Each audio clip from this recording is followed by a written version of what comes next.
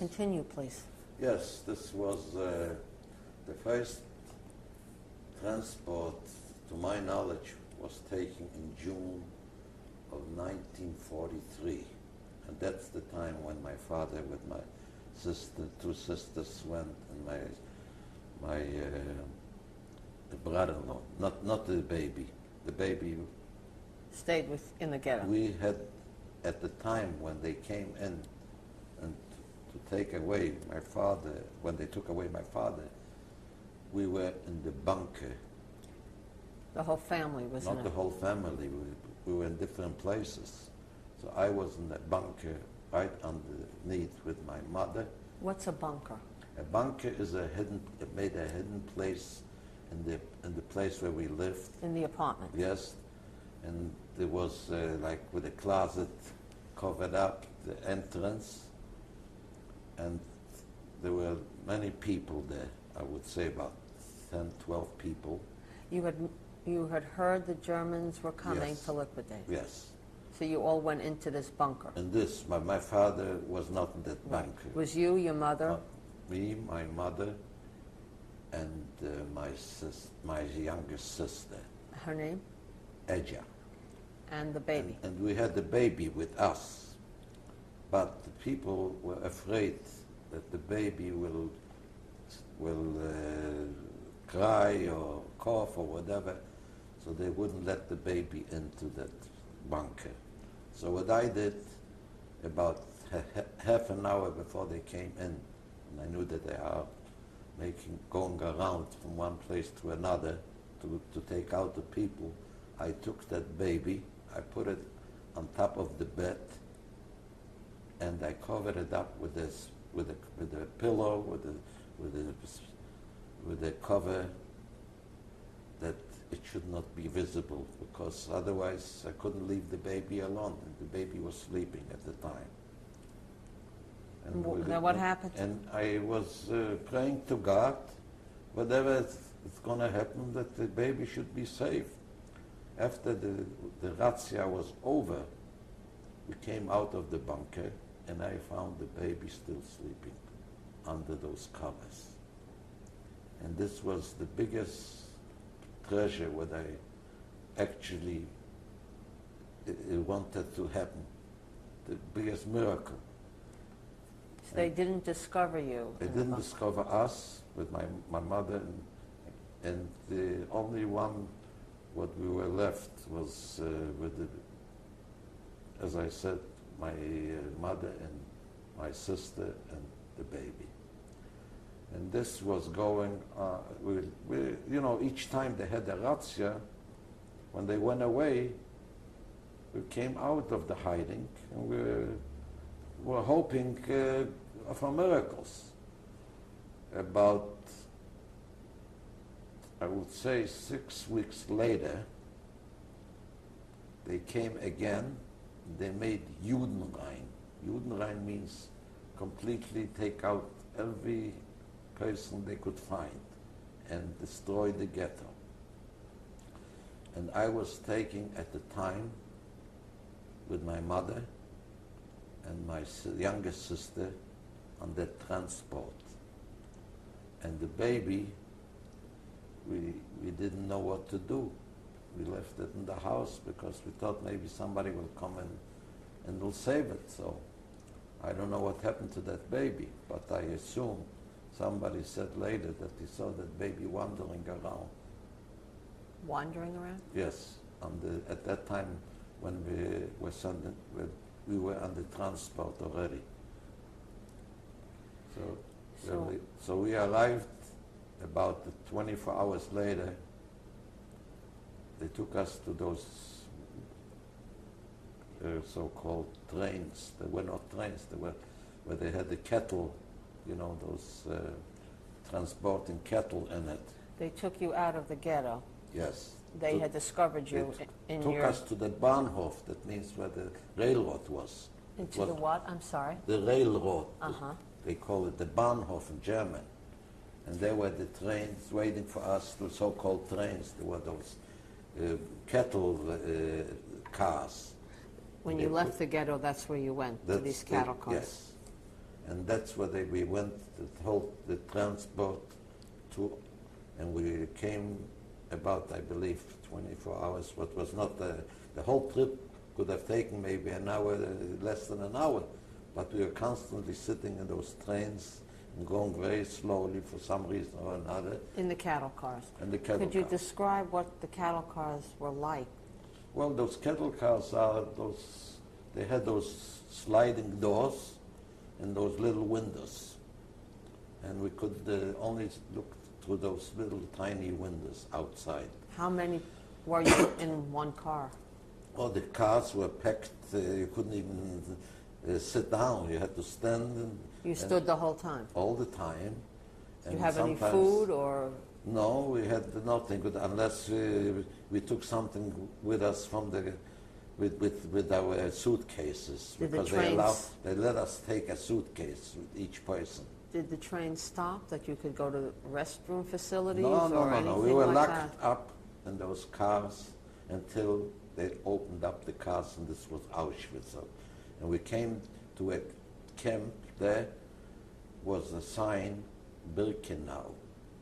That was the first thing you saw when they opened the doors? Right. They were saying, we saw Birkenau, the sign, and at the time when they let us out, they took the men and the women in different, one to left and one to right. And sometimes they also take the older people together with the women. You say they. When you got to this camp, you saw the sign Birkenau. Yes. Were there Unloading, where they were unloading us in that camp. How was it organized? Were there people sitting there? Did you give your names to them? No. They took us out and they took us into that place, to that Birkenau camp. And just men went? When we came out of the train, it was an assessment, one very high, must have been either a major or colonel or whatever, and he made signs, one this side, one this side, whichever, the way he wanted us. That means you went to one side where the young people were, they thought that they will be able to work. And then the other one, they were separate altogether. Was that the last time This you was saw the your last mother time and sister? I saw my mother and sister. And since then, and afterwards, they took us into that camp. Before you were separated, did you get a chance to speak to your sister or your mother? Yes, my mother had on herself a very thick bracelet made out of gold. Beautiful bracelet, but she had it at the time when she got married. So she had it on her hand, so she took it off and said to me, David, take this with you. Maybe this can save your life, or maybe you can do something with it to be able to survive. And this was the last time I spoke to her, and she spoke to me. And when we got off, this was still while I was inside in those trains. And this was the last time I saw my mother, and this was the last time I saw my younger sister. And then we arrived in that camp. When we arrived in Birkenau camp, we walked, I don't know how many, maybe 10 minutes or 15 minutes. We came there, we were assigned to blocks. Block 1, block 2, block 3. What block were you assigned to? I was on block, I believe it was 11, because there were several transports ahead of us. They were filled up already, those barracks with those people. And when we arrived there, there were like those bunks, one on top of the other, about two different, one lower, one higher, and we were lying across. Each bunk had about 8-10 people across. When you arrived there, were you given a new uniform? Were you given Yes, food when we rations? arrived there, they gave us into a so-called bathhouse. We had to take off all our clothes, the suitcases to throw in a special place there to put. And this was the time that we came out after the bed, and they were assigned to those blocks where we're going to stay there. Were you registered? Were you given any identifying Yes, but by the time when we numbers came or out names? from the bed house, from the so-called bed houses, after we took the Entlausung, that means that you get off from the lice and everything, they gave us numbers. My number is, I believe, 134872. And they And put this that was number. the number for people who were not sent to the crematoriums. How did they put the number on? The numbers they put in like with needles, like a tattoo. And this is your left arm, is that And correct? this is my left arm, yes. And it's And 134872. the lucky ones were the ones where they had the numbers, because the unlucky one didn't get the numbers. And your number is 134872. 134872.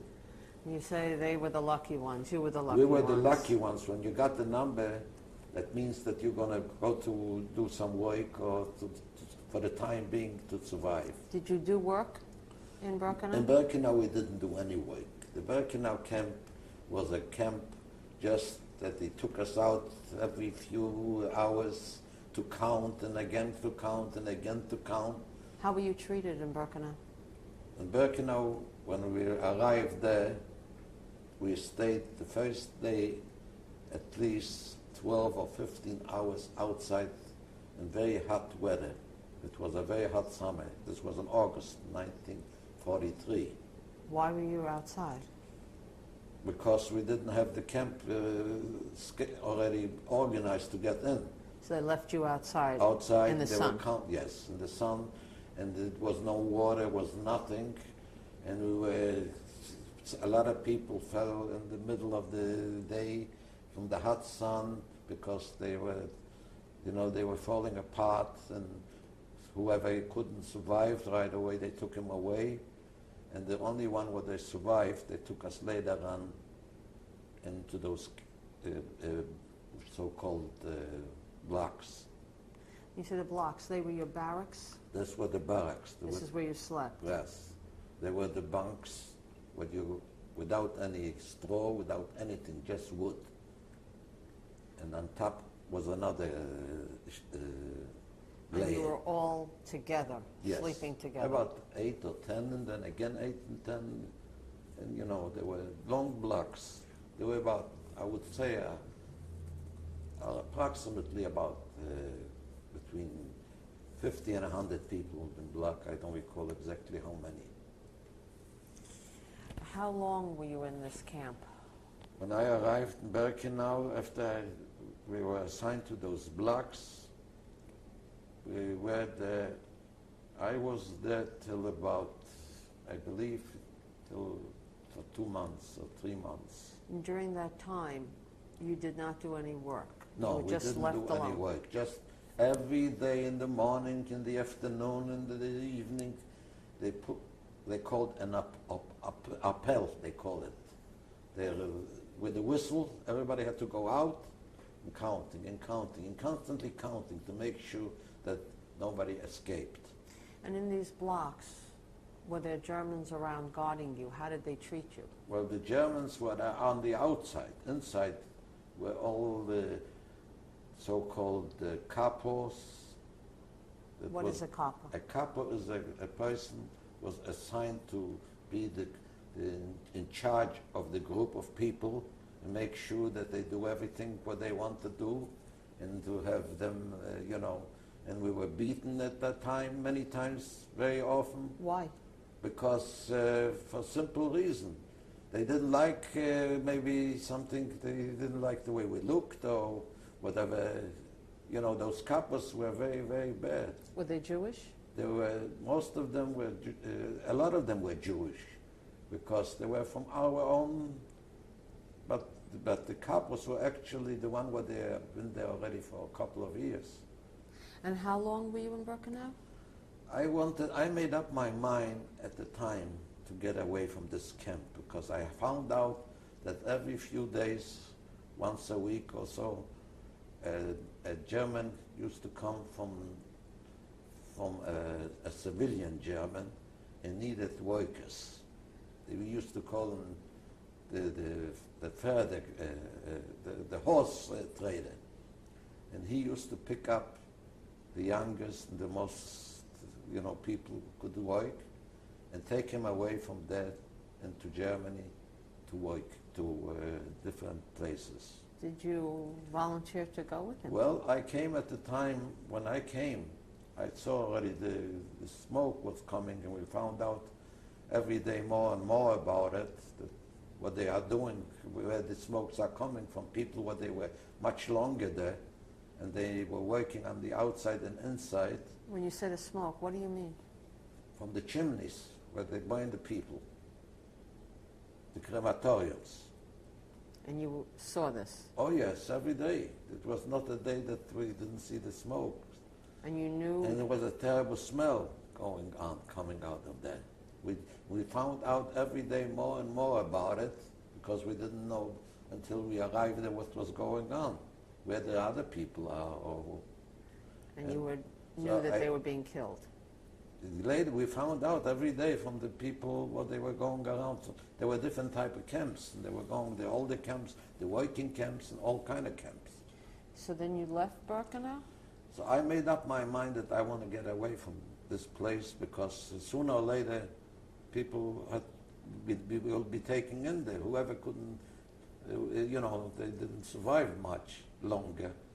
So I was one of those sessions when the men came to pick up people for work, to go to Germany for work. So they needed specialists like electricians, people where they can perform different things, machinists, electrician, plumbers. What did you do? Well, they called out who's an electrician, so I raised my, because I had a little bit knowledge about electricity as a youngster at home. So they took you to Germany? So when I lift up my hand, and I was taking in a group of 600 people, they needed it. And where did you go? I was one of the lucky ones. Where did you go? And they took us into Germany, not far also from Breslau, to a camp. They called it Fünfteichen. Fünfteichen, the meaning of Fünfteichen is 5 rivers. Could you spell that, please? In German, it's Finfteichen.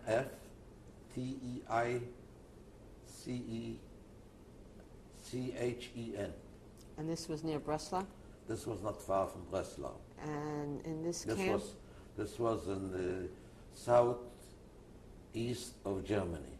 And this was a camp that you worked as an electrician? It was a concentration camp.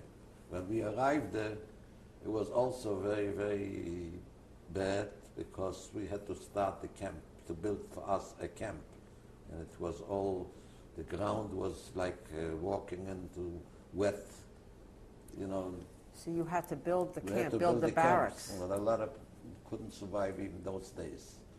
But after we built the camp, they took us out every day to the Kruppwerke. They built a factory of all of munitions, like the artillery, and they brought down all those machineries from the north, where they used to be concentrated for the war materials, because of the Allied bombing the north. So you worked in this Krupp work So factory? we had to build a new factory for those machines, that the production, because in the south, the Allies at that time did not reach from so far. All the north factories, where they were northern Germany, they were transported down to the south. And our job was to bring in electric lines into those machines. How were you treated in this factory, in this camp? Well, when we started off, they asked, it was a private company, Krupp. It's like the biggest company where they used to produce those tanks, and like the General Motors is here. Were you organized in groups of workers? Yes. Like with they foremen? Or? First we had organized the electricians. So there were Poles with us in our group from Ukraine and all in Czechoslovakia and so forth. And how did you all get along, the Ukrainians, the Polish, the Jews? Well, it was very tough because the Ukrainians didn't like us because the Jews they called us Żydów. That means like you say Jaime, you know. Did you have any run-ins with any of these? Yes, I came across that men from the company from Krupp, who they were in charge of installing the factory machines there. So when he came in and he asked us who is the electrician, and we got together, maybe a group of 20 Poles, and I was the only Jew in that group, in that particular group. So he asked, who can be the translator, in other words, because he'll give the orders in German, we have to explain to the rest of the group, whatever they were. I believe we were 20 in that group. So I raised my hand. Nobody else was there. So you were the translator. So I was this translator, and he gave me the orders every day or every few days to put on the new lines. And this was my big break, that I didn't have to work so hard, that I was in charge of the group. That particular German was a very decent person. He was a member of the Nazi party, because otherwise he wouldn't have been in charge. Do you remember his name? No, I don't. But he was very, very decent. He was such a decent person that he even called me Herr. That means Mister. He didn't call me by my du, like the Germans used to call you, du bist, or, you know. What does that mean? Du means that, you know, like you say something, you do it this, or you do this, or, you know, not, in me he called Herr Kisner. In other words, he gave me the title, like, and he was very thankful for me, because I used to make sure that he gets the orders are carrying out. You were telling me about the other people that didn't like the Jewish people, the Ukrainians, the Polish in this camp. Not so much the Polish, like the Ukrainian I had the biggest problem with. Could you tell me about that? Well, they were Jew haters, and as such, there were especially one guy was a tough guy. He wanted to play the big shot in the group that, like in the gangs they have here. A Ukrainian man? Yes. Do you remember his name? No, I don't remember his name. And he used to give the Jews in the camp, because once you go back to the camp, they were the guys that were in charge there. So what did he do? Well, he used to beat up the Jews, and he used to take away sometimes bread from them too. But Did you have any communication with him? Yes, I had to have communication because I was giving out the orders. So when other guys used to come over to me from camp, when they told me, they heard that he is in my group and is working with, and I am in charge there, I should see something that to help out other guys. Did you? I did. I told him first, he didn't want to hear about it. And he said, he used terrible words to me, Żydów and stuff like this. But I found a way, and I told them, you're going to go to work what I'm going to tell you. And I gave him always the work to use those power hammers to make those canals for the pipes. And I told him, you're going to be only employed. Usually I used to change every day, or other guys should work the work, this type of work. And so I put them into work. I said, as long as you're going to not be nice to the Jews in the camp, you're going to work here. Did he change? So he changed very quick because he saw that I mean business. How long were you in this camp? In this camp we were till about 1940, the beginning of 45. I would say in January. And then what happened in January? In January, the Russians came from one side, closing into this part of Germany, and also we knew that they didn't want us to be there when the Russians came, that we should tell the stories. So They didn't want that. They didn't want. They wanted to erase everything, not to be able to tell what was going on in those camps. The Germans. The Germans. So they evacuated that camp, that Fünfteichen camp. We went on a march, so-called a dead march. You went. This was in January. It was freezing weather. We had to walk in ice-cold weather and without shoes, because we had those wooden shoes, and most of them we were losing on that march. Did you have coats? Did you have clothing, warm We clothing? had those pajamas, The uniforms. so-called pajamas, yes, with those stripes. You walked. They took us on that deep into Germany to walk away from the front, while the Russians were starting to close. Can you tell me about this march? How were you treated? The march was, they called the Death March. We left approximately, I don't know exactly, but approximately around 8,000 youngsters, whoever survived all those years. And How were you treated? we were walking in lines, about 8 or 10 in line, and on each side, every 6 or 8 feet, was not a SS man with us. In the uniforms, the SS, with those, they called it the Wachtmann. And whoever could not walk, they got shot right on the road.